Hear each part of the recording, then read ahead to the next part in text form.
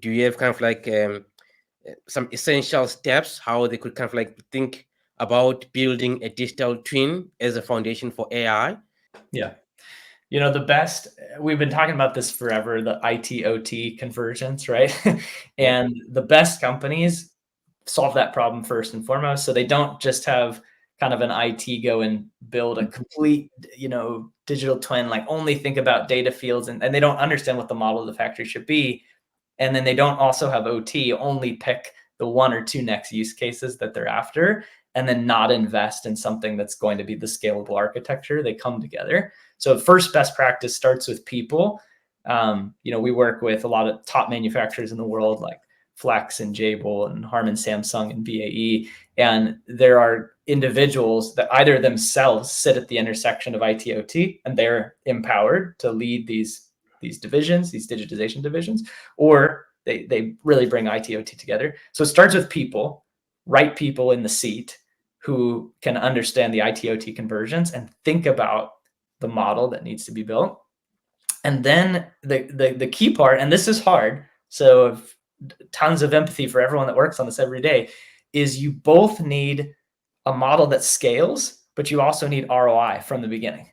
And that's the hardest thing of this, right? Because you can go wrong because, I built the model that scaled, but I'm not getting any ROI yet. Or I'm getting ROI on the first use case, but the technology pieces I picked, my data model, they're not going to scale. I'm going to have to start over next year.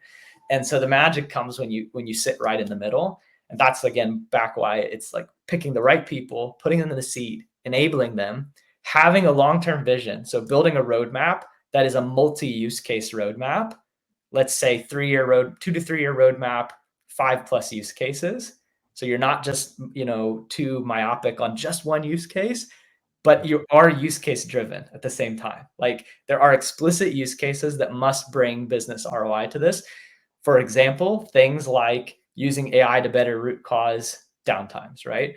Or using AI to drive scrap avoidance actions, right? Or using AI to increase quality on our highest revenue products, right? So you would pick these use cases that are really specific. Let's say you pick that quality one.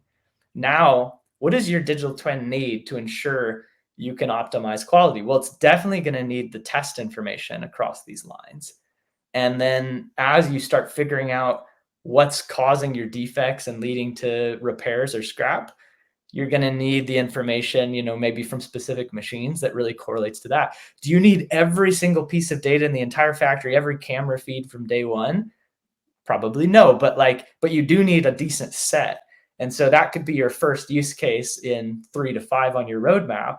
And then if I pick this KPI, quality of my top products, and this use case using AI to predict and do predictive quality, okay, what does that mean in terms of what do I need to connect? And who's feeding that into this data model that's not just going to be one-off for this use case, it's going to scale to my plants and go across, right? And that's how you build it up.